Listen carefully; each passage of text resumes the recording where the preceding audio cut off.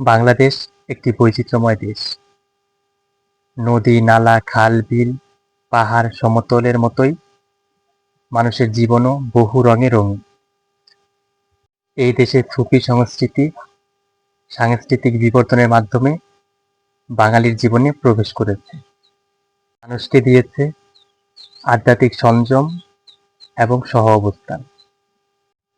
পার্বত্য চট্টগ্রামে বহু জাতির, বহু ভাষার মানুষের বসবাস এবং সাংস্কৃতিক মিলনস্থান,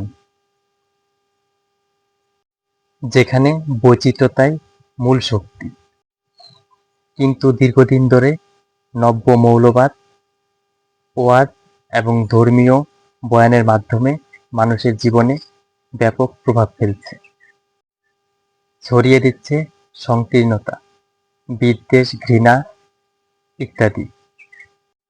অন্যদিকে মানুষের জীবনে আধ্যাত্মিক মেলবন্ধনের ভিত্তিকে নষ্ট করতে দখলদার সশস্ত্র সংগঠনগুলো সহিংসতা এবং বিদ্বেষ ছড়িয়ে দিচ্ছে।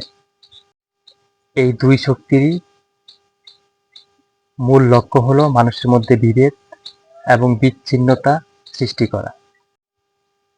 বাঙালির জীবনে দুটোই বিপজ্জনক এবং অন্ধকার বয়ে আনবে।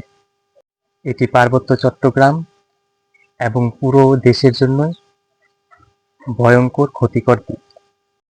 এই ধরনের মানসিকতা ঘৃণা, বিদ্বেষ, বৈচিত্র্যের জন্য ক্ষতিকর, বহুমাত্রিক চিন্তার জন্য ক্ষতিকর, মানবতার জন্য ক্ষতিকর, পুরো বাংলাদেশের জন্যই ক্ষতিকর।